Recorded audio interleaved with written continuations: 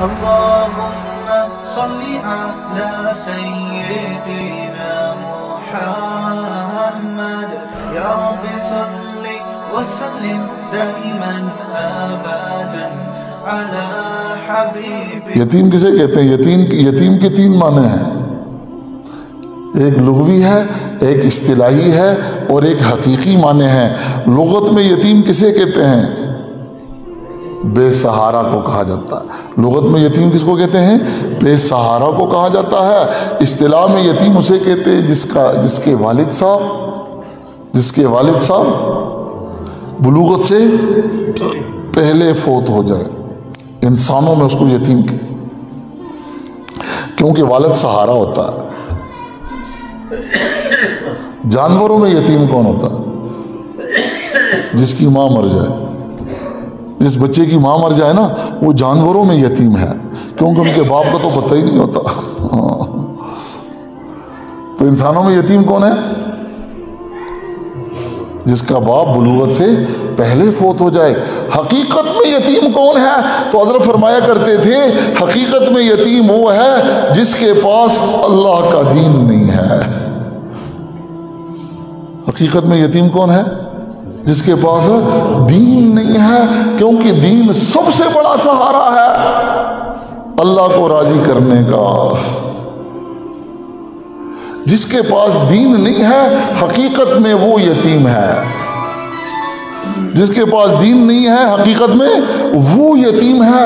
اس لیے جس نے اپنی اولاد کو دین سکھایا، گویا اس نے اس کو یتیم ہونے سے بچایا، اور جس نے اپنی اولاد کو دین نہیں سکھایا، گویا اس نے اپنے ہاتھوں اپنی اولاد کو یتیم کر دیا ہے۔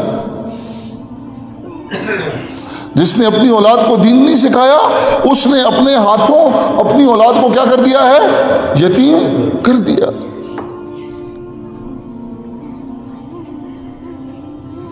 فرعون کے بارے میں آتا ہے کہ وہ بنی اسرائیل کی اولاد کو قتل کیا کرتے تھے، لڑکیوں کو زندہ رکھتے تھے اور لڑکوں کو کیا کرتے تھے؟ قتل کرتے تھے۔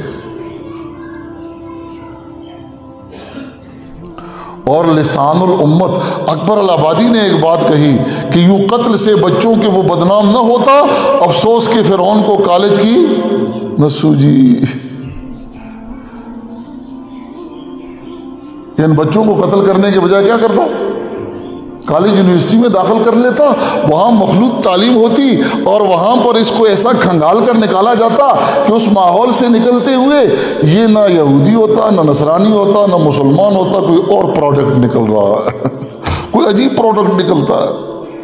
لارڈ میکالے نے کہا تھا نا، جو نظام ہم چھوڑ کر جا رہے ہیں یہ وہ نظام ہے، اس سے نکلنے والا اگر پورا یہودی اور نصرانی نہ بن سکا تو حقیقی مسلمان بھی نہیں رہے گا۔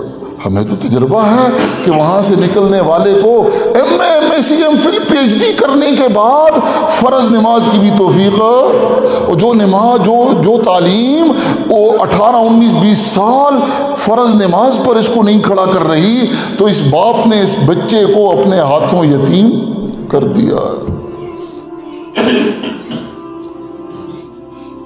یوں قتل سے بچوں کے وہ بدنام نہ ہوتا، افسوس کہ فرعون کو کالج کی نہ سوجی۔ تو حضرت فرماتے ہیں کہ جس نے اپنی اولاد کو دینی تعلیم نہیں دی ہے، ان کو اللہ کا آشنا نہیں بنایا ہے، اتنا علم اس کو نہیں سکھایا ہے کہ وہ اللہ کی ذات اور صفات کو پہچان سکے اور اللہ کی مرضیات کو پہچان سکے اور اس کے مطابق اپنی زندگی گزار سکے، تو اس شخص نے اپنے ہاتھوں اپنی اولاد کو یتیم کر دیا ہے۔